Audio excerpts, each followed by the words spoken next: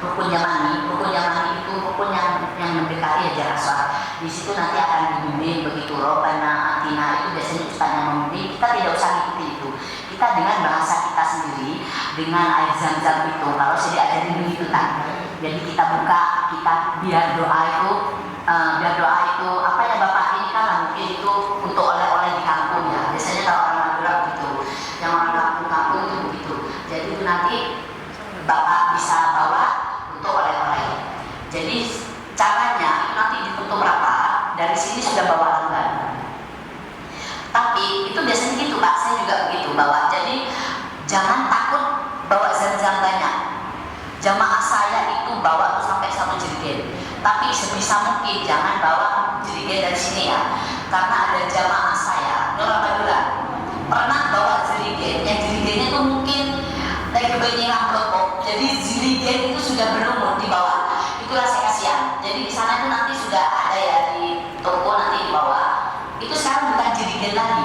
Jadi ada kayak plastik yang kemasannya tuh kayak ininya bimoli. Tapi itu ada putarannya.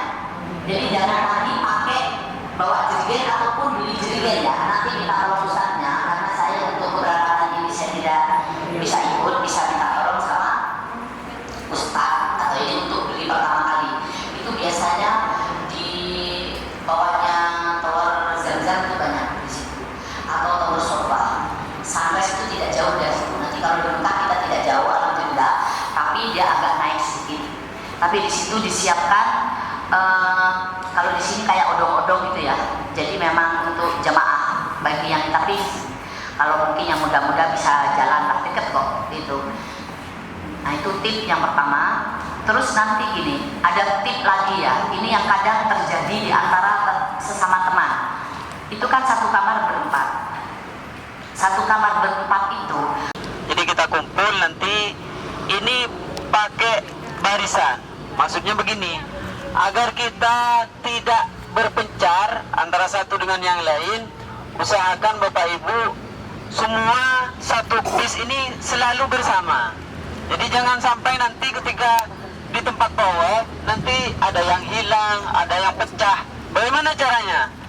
Jadi ini harus kita atur. Pertama, harus ada laki-laki minimal 3 orang di depan. Jadi 3 baris. 1, 2, 3 baris seperti ini. Ada laki-laki 3 orang, terus di samping misalnya cukup 2 orang, di samping kanan 2 orang, di belakang sisanya di belakang semua. Jadi perempuan itu ada yang menjaga, terus yang ibu-ibu itu pegangan. Jadi yang di belakangnya megang yang depan, yang depannya megang seperti itu. Jadi nggak pecah. Nggak pecah. Jadi kita selalu terkoordinir. Maksudnya ada yang menjaga biar nggak goyah. Karena di tempat tawaf itu sangat pesat, berdesakan seperti itu. Jadi usahakan Bapak Ibu jangan pernah berpencar dengan yang lain. Makanya saling pegang seperti itu. Ada yang mau keluar ditarik lagi. Jadi jangan hanya kita fokus ke ibadah, namun kita meremehkan teman-temannya yang lain, terutama yang udah sepuh. Biasanya beliau kan kurang sehat atau bagaimana. Nah, itu pertama. Yang kedua, ketika tawaf ya, usahakan yang sepuh itu letakkan di depan, bukan yang sehat di depan terus yang nggak sehat di belakang. Ya ketiga lah. Jadi yang jadi supir itu yang sepuh, yang kurang sehat tuh. Oh, yang jadi supir yang sepuh, maksudnya kita menghormati, letakkan di depan juga biar beliau yang udah sepuh nggak ketinggalan. Jadi kita, dan ini bukan lomba gerak jalan ya, juga bukan lomba lari. Jadi yang siapa yang cepat dia yang dapat, enggak ya. Jadi ini adalah ibadah, kita betul-betul fokus kepada ibadah. Dan ketika kita tawaf, ini bahu yang kiri ini wajib menghadap maksudnya lurus dengan Ka'bah. Jadi selalu lurus dengan Ka'bah seperti ini. Jangan kita tawaf, ini salah. Bahkan kalau dibiarkan sampai lama ini tawafnya batal. Jadi tetap begini. Kalau mau noleh silahkan noleh, nggak apa-apa. Namun nolehnya hanya leher saja, hanya kepala. jadi seperti ini. Ada yang ketinggalan misalnya nggak apa-apa, yang penting jangan ikut begini. Jadi bahu ini tetap, ayo jalannya begini.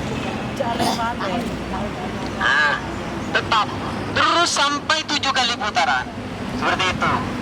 Dan jangan sampai nanti kita praktek 1 kali nanti ya. Jangan sampai nanti ketika tawaf kita masih menyentuh Ka'bah atau Maqam Ibrahim ini, karena ini kadang banyak awaminya. Kapan yang bisa Ustaz? Nanti bisa malam hari atau ketika tawaf sunnah atau yang lain. Jadi ketika umrah itu tawafnya kan wajib.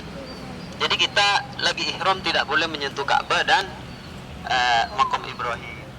Dan juga kita harus fokus seperti itu. Dan ketika kita tawaf jangan kita melihat Ka'bah sunnah. Jadi jangan kita karena ada tower, apalagi malam hari misalnya, tower itu ada cahaya warna-warni. Jadi misalnya kita tawaf karena ada tower, akhirnya yang dilihat bukan Ka'bah, ternyata yang dilihat adalah tower. Itu sebenarnya memang tanda-tanda akhir zaman. Nanti kata Rasulullah akan ada bangunan yang lebih seakan-akan lebih megah, lebih tinggi dari Ka'bah. Ya itu sudah sekarang memang sudah terjadi. Jadi itu cobaan kepada kita semua. Mana yang lebih kita cintai, Tower Zamzam atau Ka'bah? Itu kita uji. Padahal kita melihat Ka'bah saja itu sudah ibadah, apalagi kita mengelilinginya. Seperti itu. Jadi ini halaman masjid kita atur nanti. Coba kita langsung praktek di sana ya. Mulai sekarang besok. Ini benar. Bapak masih sehat? Yang kita kait ya. Yang lebih sepuh. Bapak, monggo di depan. Ya. Menghormati yang tua. Ibu langsung. Ibu 3 baris. Ayo 3 baris. Terus di belakangnya ikuti di belakangnya. Bapak di belakang. Berapa orang itu? Ya. Sini harus ada satu. Sini juga harus ada, Pak. Di sini Bapak 1 orang. Mana yang Di samping kanan juga harus ada Bapak. Kutipnya gini ya. Jadi ini pegangan ya, pegang Sini harus ada juga. ke gurunya, tapi jangan keras-keras. Pegang. Sudah. Sebelah sini. Jadi ini jangan sampai ini terlalu lebar, nanti akan diterobos oleh orang. Kasih cowok satu. Kalau udah diterobos ini kocar kacir nantinya, lepas, hilang.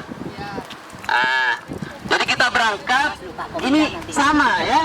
Jangan sampai anak. Tetap lurus. Bapak ini di samping bapak, ibu ini di samping ibu. Seperti ini terus. Harus ada nanti. Terus seperti itu, jaga masing-masing ya. Oke, kita berangkat. Nanti ada doa ketika kita melihat Ka'bah, ada doa melihat Ka'bah, nanti saya bimbing juga. Setelah itu ayo kita luruskan menuju Hajar Aswad. Berangkat. Diamping dulu. Ya.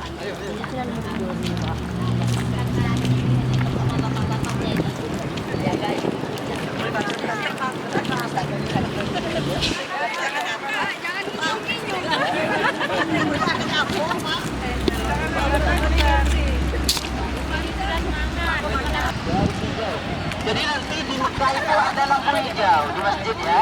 Kurang ke depan. Jadi itu lampu hijau nanti ada, itu lurus dengan Ka'bah. Berarti ini tempat permulaan tawaf. Lurus dengan Hajar Aswad. Jadi kita berjalan sambil dibimbing doa oleh saya nanti. Terus seperti itu selesai doa, ayo kita berangkat. Ada yang menggoyang doa? Ada buku doa? Ada. Coba ya biar anu. Dan begini, saya perhatikan ini nanti saya nggak pakai pengeras kalau di tempat tawaf. Jadi saya berteriak. Yang mendengar doa saya silahkan ikuti. Yang nggak mendengar tapi nggak jelas, nggak usah. Takut salah. Karena itu doa di dekat Ka'bah. Misalnya Bapak Ibu saya bilang begini terus salah, nanti maknanya artinya juga salah. Jadi mendingan nggak usah ikuti. Apa Ustaz? Baca subhanallah, alhamdulillah, la ilaha illallah akbar, atau la baca Rabbana atina fid dunya hasanah. Ya.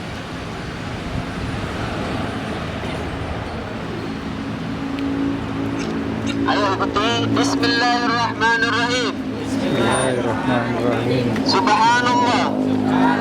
Alhamdulillah. Wa la ilaha illallah. La ilaha illallah. Allahu akbar. Allahu akbar. Wa la hawla ولا حول wa la quwwata ولا قوة illa billahi إلا بالله al-ali.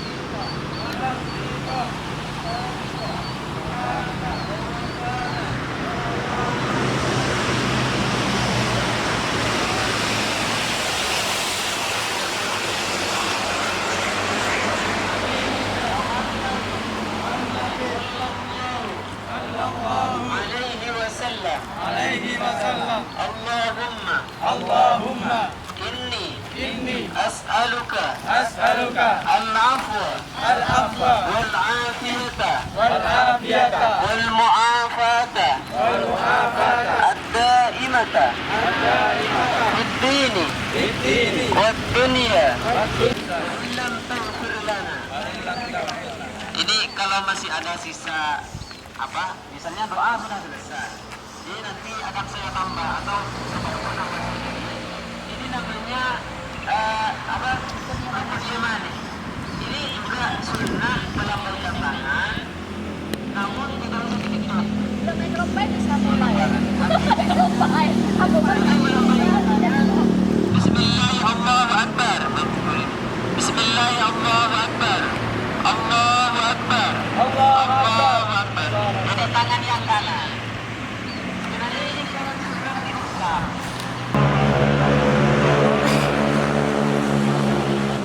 Setelah itu di sini langsung Rabbana Atina آتنا fid dunya في الدنيا hasanah wa fil akhirati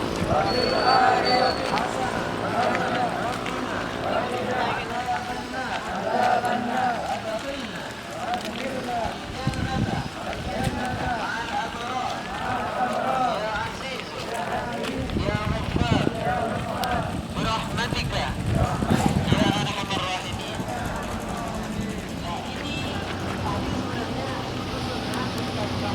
Setelah takbir langsung dikecup.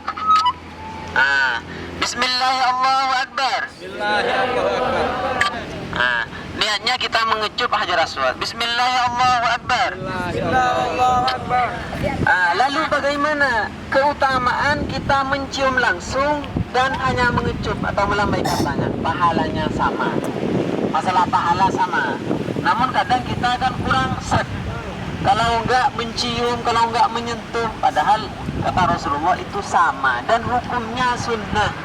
Makanya Bapak Ibu nanti jangan kita memaksa mengerjakan sunnah namun mengerjakan yang haram. Apa? Kita menyakiti orang lain yang direbut hanya sunnah. Padahal begini juga sama pahalanya.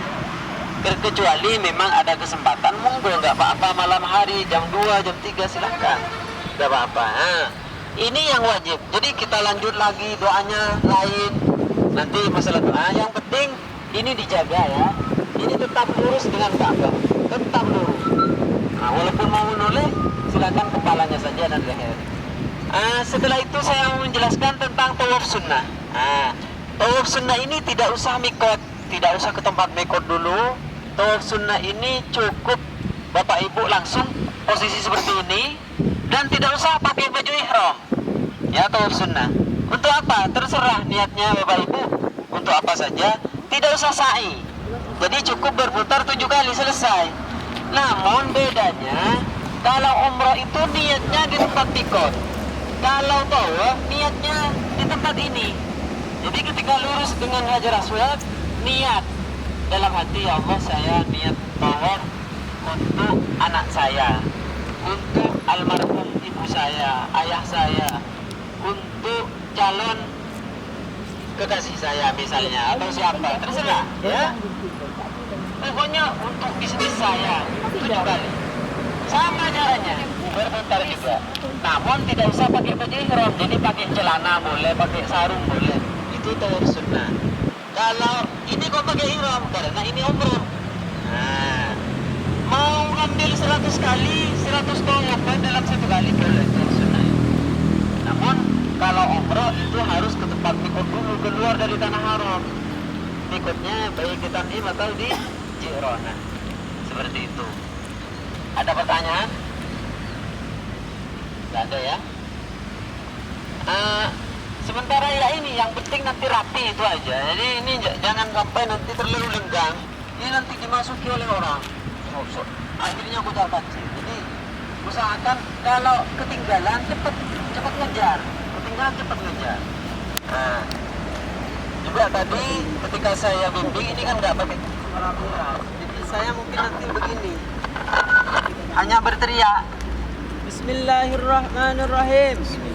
Coba ayo. Bismillahirrahmanirrahim. Bismillahirrahmanirrahim. Subhanallah. Subhanallah. Kali lagi. Walhamdulillah. Alhamdulillah. Oh, sebentar. Ayo kita lambaikan tangan dulu. Yang belum nyampe belakang jangan ikut kalau tidak lurus. Cukup, cukup. Tapi yang Yang belakang jangan Allahu Akbar. Bismillahirrahmanirrahim. Bismillahirrahmanirrahim. Bismillahirrahmanirrahim. Subhanallah. Subhanallah. Walhamdulillah. Alhamdulillah. Wa la ilaha illallah. Wa la ilaha illallah. Wallahu akbar. Allahu akbar. Wa la haula. Wa la haula. Wa la quwwata. Wa la quwwata. Illa billahi. Illa billahi. Al-aliyyil azim. Al-aliyyil azim. Wassalatu. Wassalatu. Wassalam.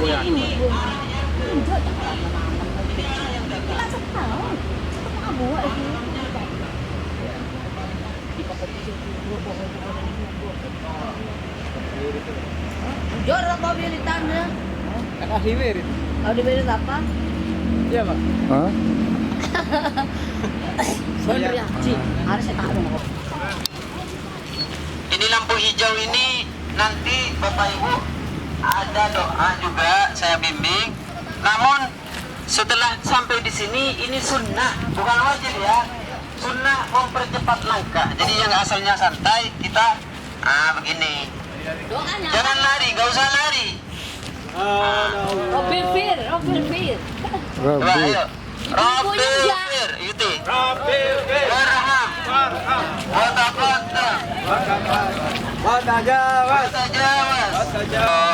Walhamdulillah. Wa la ilaha illallah.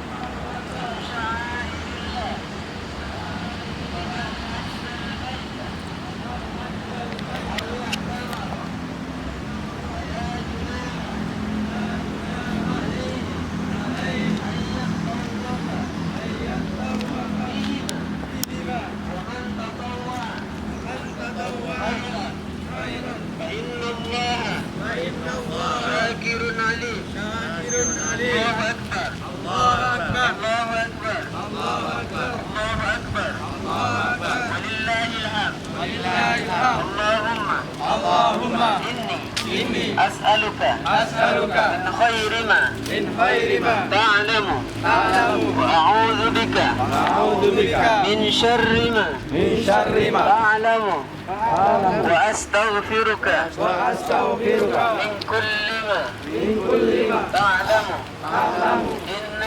إنك أنت علام الغيوب. Ya, lari-lari kecil. Jibusnya dipercepat aja.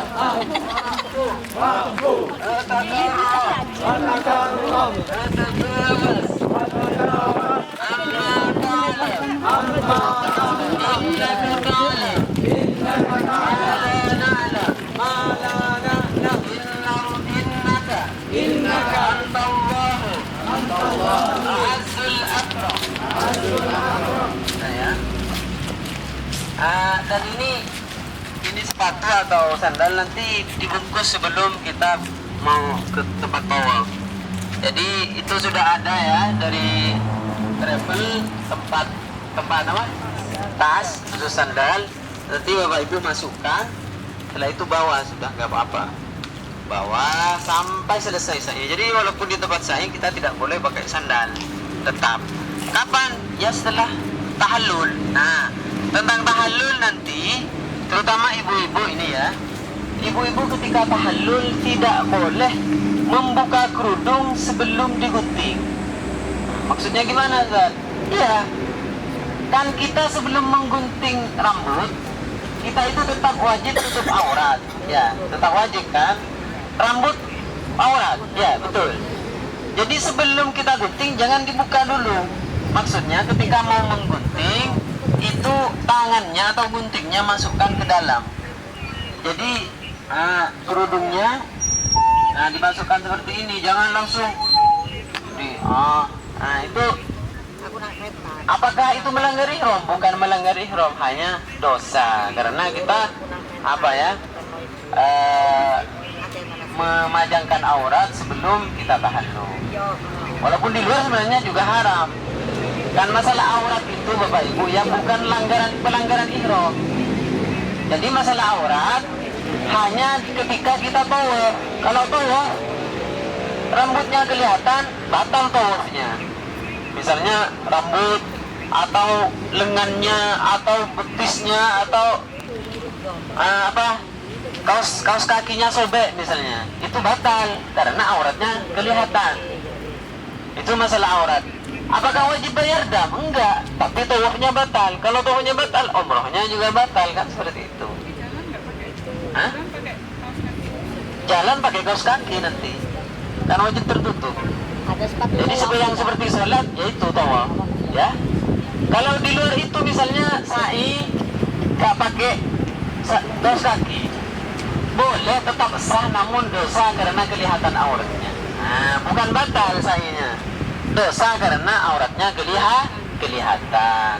Tidak usah bayar dam, namun hanya berdosa. Jadi masalah aurat itu dalam umroh adalah hanya tawaf. Jadi masalah suci dari najis, suci dari hadas itu hanya ketika tawaf. Jadi ketika niat di atas bis atau niat atau sa'i, walaupun kita tidak punya wudu atau keluar darah lagi haid, tetap kita itu wajib niat atau tetap sah.